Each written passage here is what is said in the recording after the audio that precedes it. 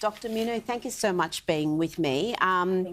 The regime is incredibly now executing protesters very publicly, hanging them in public squares. Is this going to scare people from continuing to protest across the country? Well, Rita, we need to remember that this is a regime that's been killing for 40 plus years. It's not a new thing to the people of Iran. Islamic Republic have been killing from the beginning of these protests that now is turning into a revolution. And these two people have been executed, but there have been more than 400 people killed. So our people, I don't think they're going to get scared this easily. They are used to brutality, but this time they want regime change. Well, we've seen, though, these high-profile arrests as well, really worrying. An Iranian actress has been arrested, and an Iranian footballer, Amir Nazir Azdani, he's facing the death penalty for participating in these protests. It takes just incredible bravery for anyone in Iran to protest. That's true, 100%. They have arrested recently Taraneh Ali-Dousti, who's a very famous actress. If I want to put it in perspective, it's like you go to US and arrest Angelina Jolie for standing by, human rights.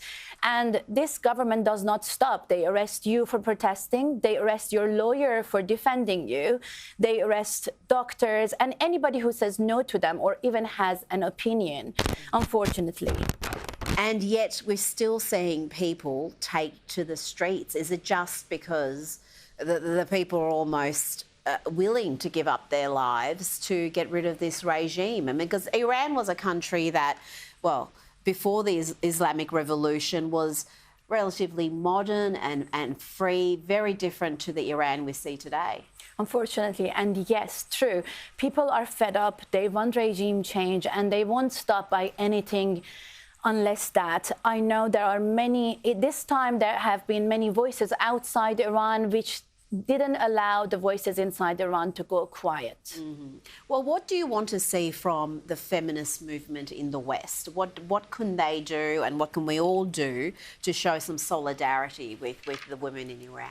I think in Western countries, there have been a lot of support for Iranian women and men this time around because the news got out and everybody was enraged about what is happening. So we are extremely thankful about that.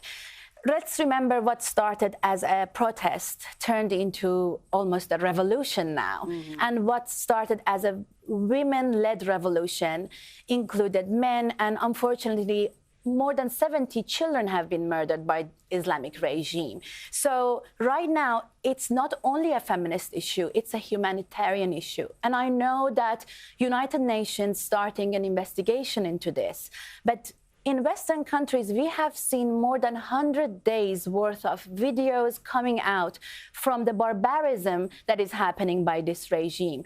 I mean, do we really need to investigate any further? Isn't it time for some actions?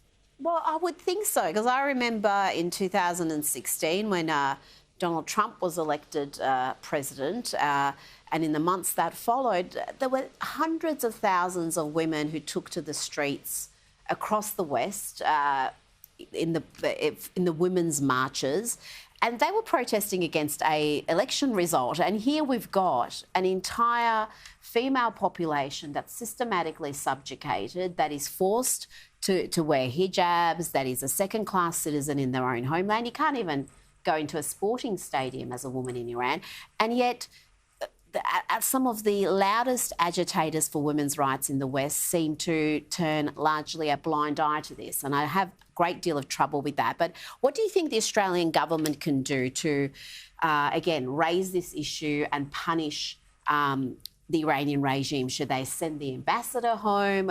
What do you think so far they have done, and has that been effective? Honestly, Australian government has been extremely supportive so far. They have put sanctions on morality police in Iran and few individuals and besieged, but let's look at the end goal. What do we want to do? This regime, let's for a second not think about human rights or even Middle East. We are letting them here. We are giving them a safe haven. Now, this is a regime that is not only killing its own people, it's helping Russia kill Ukrainians. It's messing around the world. Only very recently in a parliament hearing, Dr. Kylie Moore-Gilbert mentioned she's been harassed by IR forces here in Melbourne. So do we really want to keep Islamic Republic representatives here? My question would be, would we allow representatives from ISIS here? And then if not, why IRGC? Why don't we put sanctions on the entirety of IRGC? Well said, Minoo. Thank you so much for having coming here, and thank you so much for all you do, because I know you've been leading protests in Australia.